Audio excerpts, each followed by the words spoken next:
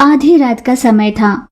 रंगनाथपुर गांव के कूड़ेदान के पास एक कार्टन बॉक्स को बड़े जतन से पकड़कर आंखों से आंसू बहाती हुई भूदेवी जा रही थी।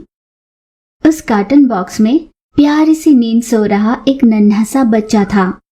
उस कार्टन बॉक्स को कूड़ेदान में रखकर माँ की ममता भी ना दे सकी ऐसी अभागी माँ को माफ कर देना बेटा। मेरी कोख से निकले जिगर के टुकड़े से ज्यादा जीवन साथी का साथ जरूरी है। तुम्हारे पिता को तुम्हारी जरूरत नहीं और मेरे लिए तुम ही जिंदगी हो। 7 फेरों का बंधन मेरी आंतों के बंधन पर भारी पड़ गया। जिस औरत के बच्चे नहीं होते उसे बांझ बुलाकर समाज चुप हो जाता है, फिर उसी औरत का जब पति नहीं होता तो लोग उसे नीची नजर से देखते हैं। उस नजर में सैकड़ों सवाल होते हैं जिसका जवाब नहीं होता। यूं रो रो कर अपने दिल पर पत्थर रख भूदेवी भारी मन से वहां से निकल गई। अगली सुबह कबाड़ी यादव हर रोज की तरह उस टाउन के कूड़ेदान के पास जाने के लिए निकला, जहां से वो कूड़ा इकट्ठा कर बेचता और अपना गुजारा करता था। हाँ, इस टाउन के कूड़ेदान में मिलने वाले कचरे को बेचकर मैं और मेरी पत्नी लक्ष्मी आराम से गुजारा कर सकते हैं। ये सोचकर यादव कूड़े से उसके काम में आने वाले कूड़े को चुनकर इकट्ठा कर रहा था। अचानक से उसे छोटे बच्चे के रोने की जैसे ही आवाज सुनाई दी। अरे, किसी छोटे से बच्चे की रोने की आवाज यहीं कहीं आसपास से आ रही है। यादव ने ऐसा सोचकर जैसे ही नजर घुमाई, उसे एक कार्टन का बॉक्स हिलता हुआ दिखाई दिया और बॉक्स के पास जाकर उसे उसने खोल दिया। पल भर की भी देरी ना कर यादव ने उस बच्चे को उठाकर अपने पास लिया। और क्या था, नन्हा सा बच्चा रोना बंद कर मुस्कुराने लगा। ये देख यादव को भी बहुत आनंद हुआ। वो उस बच्चे को लिए तुरंत अपने घर पहुंचा।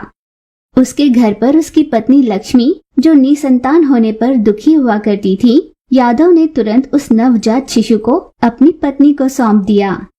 वो मासूम सा नन्हा बच्चा जैसे ही लक्ष्मी को देख मुस्कुराया, लक्ष्मी के अंदर से ममता जाग उठी।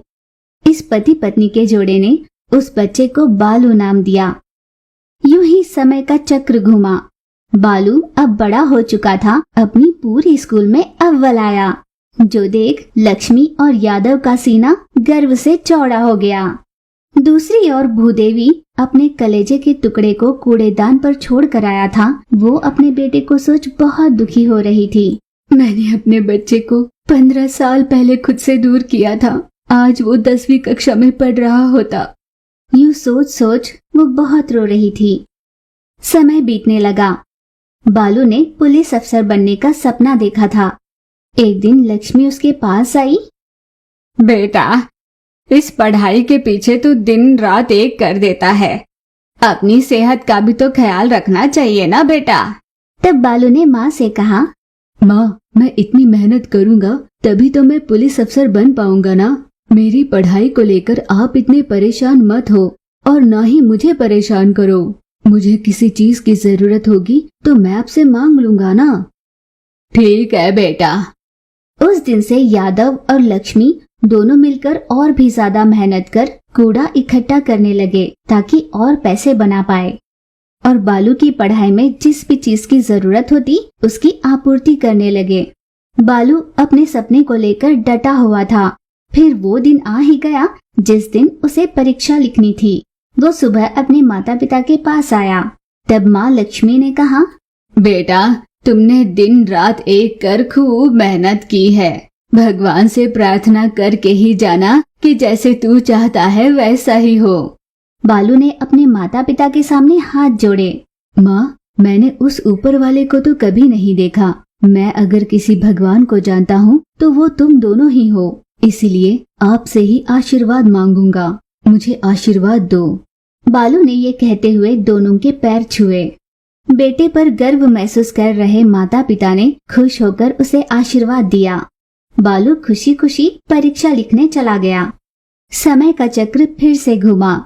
बालू ट्रेनिंग लेकर एसआई बनकर वापस लौटा। पुलिस अफसर के कपड़ों में अपने बेटे बालू को देख माता पिता की खुशी का ठिकाना नहीं था। बालू ने अपनी माता पिता की ओर देखकर सैल्यूट किया। उस दिन से एसआई की पोस्ट पर बालू नौकरी करने लगा। एक दिन अपनी ड्यूटी खत्म कर घर वापस लौट रहे बालू को रास्ते में भूदेवी चकराकर जमीन पर पड़ी हुई दिखाई दी। बालू तुरंत गाड़ी से उतरकर उसके पास गया, उसे पानी देकर होश में लाया। होश में आई भूदेवी ने जैसे ही अपने सामने बालू को देखा, उसे एक अनोखा सा एहसास होने लगा। भूदेवी ने तुरंत बालू का दायां हाथ देखा, जिसके अंगूठे पर एक तिल था। भूदेवी के अंदर की ममता ने उसे झंझोड़ दिया। बेटा, तुम्हारा नाम क्या है? तुम कहाँ रहते हो? जी, मेरा नाम बालू है, मैं यहीं पास में रहता हूँ। चलिए, आप थोड़ी कमजोर नजर आती है, मेरे घर पर चलिए। ये कहकर बालू भूदेवी को अपने साथ घर ले गया। घर पहुंची भूदेवी बालू के माता पिता से बात कर रही थी। इस बीच बालू वहां से चला गया। बातों बातों में भूदेवी ने ये जान लिया कि बालू उसी का बेटा है, पर भूदेवी ने इस सत्य को अपने आप तक ही रखा।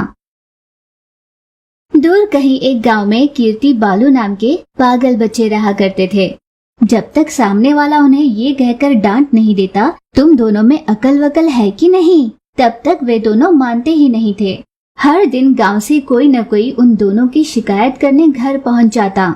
इस पर पिता वीर भड़क जाता और अपने पास रही बेल्ट से दोनों बच्चों की खूब पिटाई किया करता।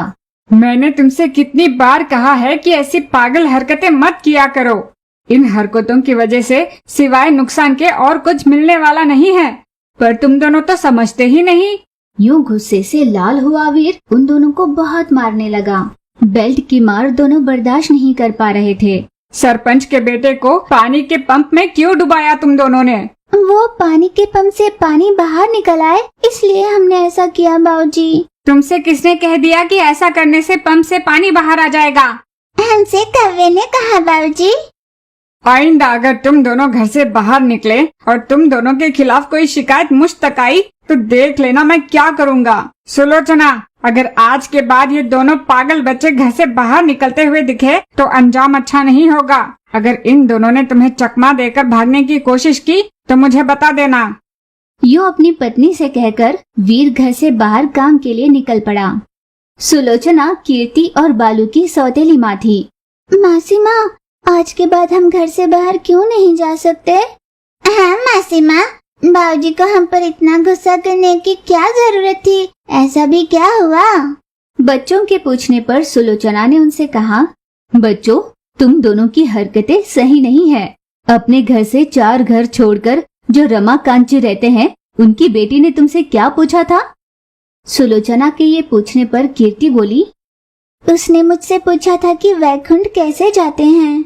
तो तुमने इसका क्या जवाब दिया? मैंने उससे कहा था कि अगर वैकुंठ जाना हो तो रेल की पटरी पर अपना सर रख देना, तभी तो यमराज आकर ले जाते हैं ना वैकुंठ। पर तुम्हारे ये कहने की वजह से उस लड़की ने सच में जाकर रेल पटरी पर अपना सर रख दिया। ये तो अच्छा हुआ कि रमाकांत सही समय पर पहुंच गए और बचा लिया उसे। हाँ, लेकिन वैकुंठ का मतलब स्मशान ही होता है ना। स्मशान में जाने के लिए मरना होता है ना। इसे पागलपन नहीं तो और क्या कहेंगे कीर्ति? उस लड़की ने तुम्हें अपने गांव में रहे वैकुंठ का रास्ता पूछा था। वहाँ जाने के लिए भी तो मरना ही होगा ना। हे भगवान, तुम दोनों तो सच में पागल हो। तुम्हारे पिताजी सही कहते हैं, तुम्हें घर से बाहर निकलने ना दे यही सही होगा, वरना तुम्हारी इस मूर्खता के बलि कितनों को चढ़ना पड़ेगा। अब तुम्हें कहीं जाने की कोई जरूरत नहीं। सुलोचना को गुस्से में देख उन दोनों ने झूठा प्यार जताने की कोशिश की। मासी माँ, आप हमारी सौतेली माँ नहीं बल्कि हमारी असली माँ बनकर सोचो। अगर तुम हमारी असली माँ होती तो क्या हमें खेलने कूदने से यूं रोकती थोड़ी? हाँ, तभी तो मैं तुम्हारी सौतेली माँ हूँ, असली माँ नहीं।